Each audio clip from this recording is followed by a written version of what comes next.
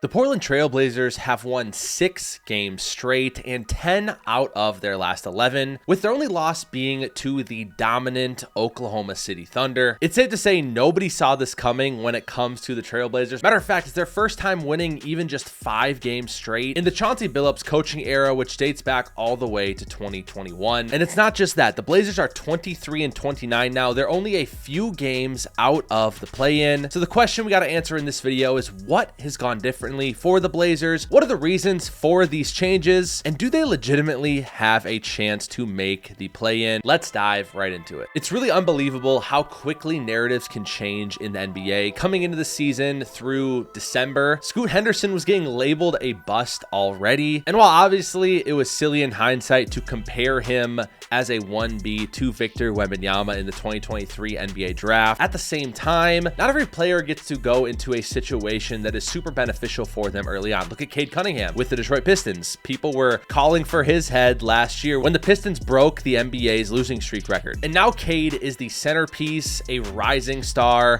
just got selected to his first All-Star selection and is third in the NBA in assists. So I think it's needless to say that sometimes we're way too quick with these younger prospects, and Scoot Henderson has completely turned that around. We'll dive more into that in a little bit. The Blazers have somehow already surpassed their win total for last year. Different books had different lines for that, anywhere between 20.5 and 22.5, and the Blazers are sitting at 23-29 after a 108-102 win over the Kings last night, with them going 10-1 over the last 11 games. So we'll take a look at some of the more specific stats and advanced analytics here in a little bit. But first, I want to look at just these last 11 games and what has happened on the floor, who they've beat, how impressive these wins have been, and go from there. So this all started back on January 19th when they beat the Bulls 113-102.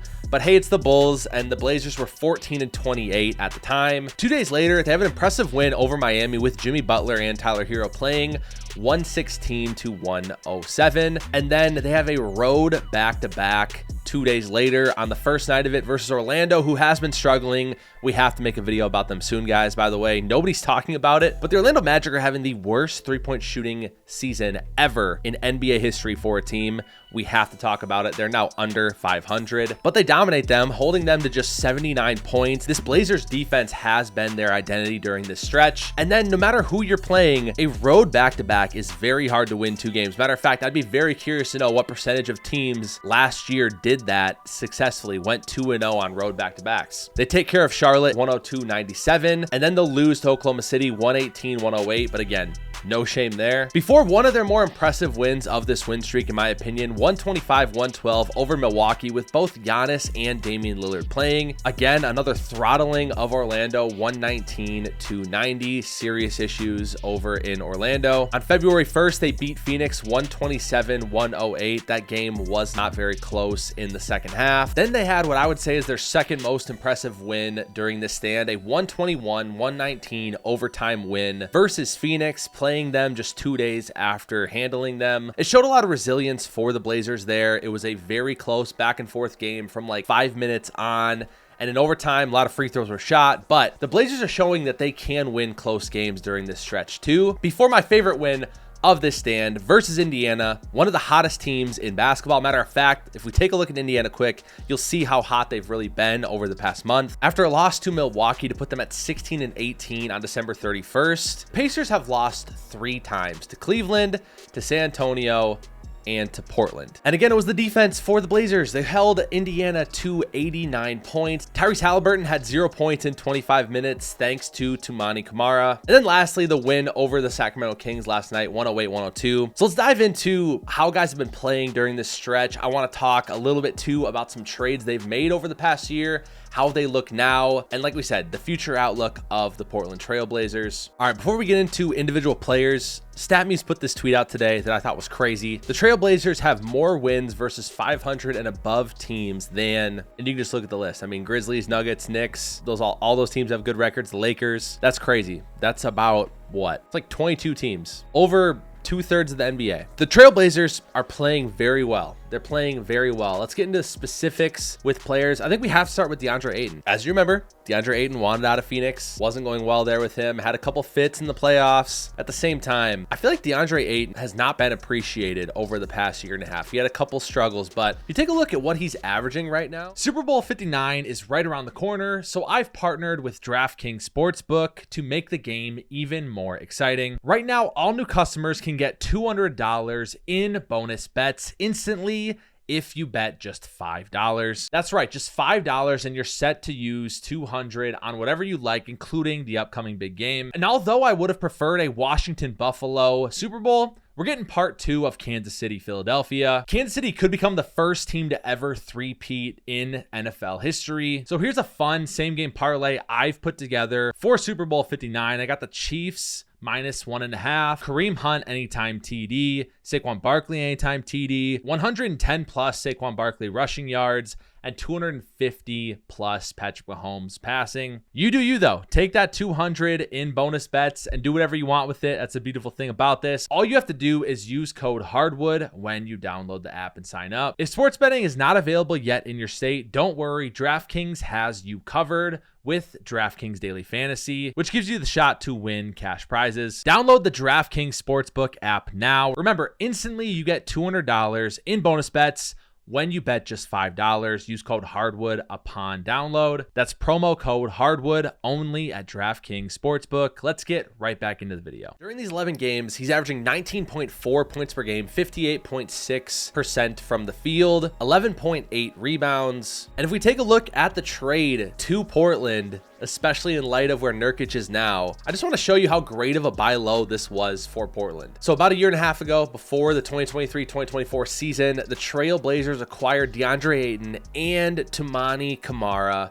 from the Phoenix Suns in exchange for Keon Johnson and Nasir Little. That trade is unbelievably awful. But then when you look at the fact that Nurkic just got traded at the deadline because he doesn't play anymore, Phoenix had to give up a first-round pick, their 2026 first that they achieved from the Jazz in that 3-for-1 trade, to the Hornets in exchange for Cody Martin and Micic, plus the 2026 second. So basically what the Phoenix Suns got back for DeAndre Ayton was Cody Martin, Micic, and they lost first. Plus, they gave up Toumani Camara, who is one of the best young defenders in the NBA and someone who we'll just get into now. Toumani Camara has been unbelievable for the Blazers during this run, averaging 12.7 points per game, 53.6% from three, and of course, 7 boards a game, and guarding every team's best offensive scorer. Toumani Camara is what Chauncey Billups wants from this defense. And if you listen to Chauncey talk, he was a part of those 03, 04, 05 Pistons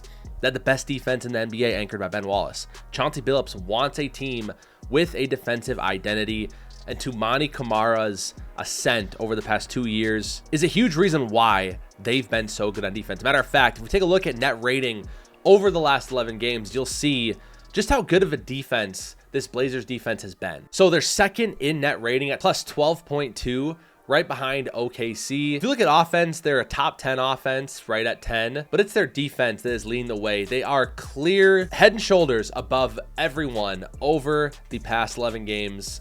In defensive rating, 104.7, which is 2.5 points per 100 possessions better than the second team in the Lakers. And if we take a look at just in general over the course of the year, it gives us a good idea of just how good this Blazers defense has been of late. So over the course of the entire season, they're 24th in net rating at minus 4.6. Their offense over the course of the season, 25th, and their defense, 22nd. Just think about how improved the defense has been over the past 11 games, that they're still at 22nd in the league in defensive rating. Although you have guys that aren't the strongest defenders in Shaedon Sharpe and Anthony Simons, everyone's just playing team defense, honestly. Of course, it's led by Camara, it's led by DeAndre Ayton, Jeremy Grant, but everyone has really been playing team defense. I even see the same thing on the offensive end. Again, the offense is not nearly as strong as the defense, but what I do love about the Blazers offense is they really go with whoever has the hot hand. Chauncey Billups was just talking about that last night. Whoever has the hot hand kind of gets the green light. Of course, Anthony Simons is your best creator, but he's learned and taken steps, I believe, this year in how to get off the ball when teams are doubling him or loading up on him, and being okay with being more of a facilitator versus just wanting to score in isolation. He will get back into that at times, but I really think he's been a lot better at that. And it's been to the success of the Trailblazers over these last 11 games. And obviously Scoot and Shaedon off the bench can be the best scorer on any given night. Speaking of Scoot, he's averaging 14.5 points per game, shooting 47% from the field, 42% from three, 3.7 rebounds, 5.6 assists. And if we just look at his progression this year versus last year, like we just take a look at dunksandthrees.com and you can see here his progression in estimated plus minus advanced metric. It's clear as day how well he's been playing since pretty much early January. And same with Darko here too. You can see he's actually approaching a similar level to a guy like Ja Morant in Darko. Got to keep it going. Obviously, this is very recent, given career games though. And so I think that's why you have to give players time, especially when they're in less than ideal situations and organizations that just do not have that much talent. And of course, Denny Advia averaging 17 points per game, 7 boards, 4 assists over this span. He's been awesome as well. Definitely a great number 3 to go to offensively. A couple scoring outbursts where he scores 28, 30 points in a game, but he knows his role. And that's what I love about the Blazers right now. Every guy knows their role. If we take a look at some advanced on-off metrics here, you'll see just how valuable Toumani Camara's been. He's leading the team in net rating over these last 11 games when he's on the court.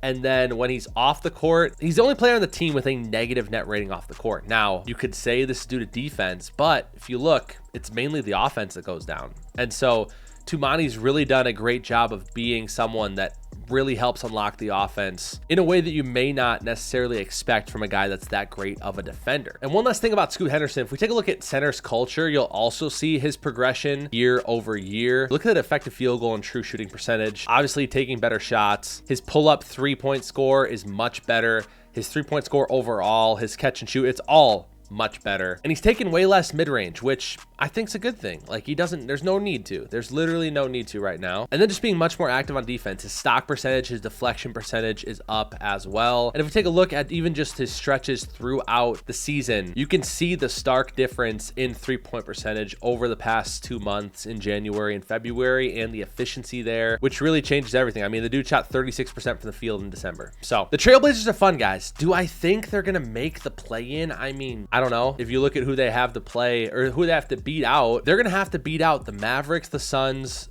or the Kings. And then obviously you got the Warriors and the Spurs still ahead of them. Now they're only 2.5 games out of that 10 seed. Do I think the Kings make the playoffs? I don't know. Do I think the Mavericks figure it out? Yes. I mean, with Anthony Davis, I think they make the playoffs. I think they have talent. They've won without Luka this year. They just beat the Celtics last night. Do I think the Spurs figure it out with De'Aaron Fox? Probably. The Warriors, I don't know, man. Jimmy could just come in and be awesome right away, or he could just be cancer. So I don't know. But I would say, like, they're obviously still on the outside looking in. Now, if you're Portland and you're a Portland fan, you have not been good in a while, so this is exciting to you.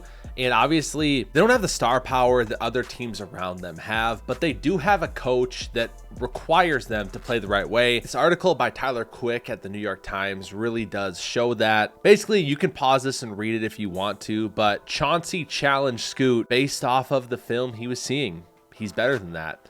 And Scoot was horrified by his film, especially defensively. And so Chauncey Billups he's a championship player. Like he's got the pedigree. He knows what it takes to win. I really do believe in Chauncey Billups as a coach. He's going to hold you accountable. And right now, these Blazers are the hottest team in the NBA, which I don't think anybody ever could have imagined saying that at the beginning of the year. And so with that, I still wish they would trade Jeremy Grant at the deadline, but it's not broke. Don't fix it. They do lose their first round pick this next year to Chicago if they make the playoffs. However, if you're a Portland fan, I think you have to cheer for it. Enjoy the ride. Things don't come along like this often. And so with that being said, props to the Trailblazers. Excited for them. They're a team playing team basketball, and that's what I appreciate about them. Thank you guys so much for watching. Be on the lookout for some videos very soon on March Madness and college basketball with that coming up. And as always, we'll see you on the hardwood.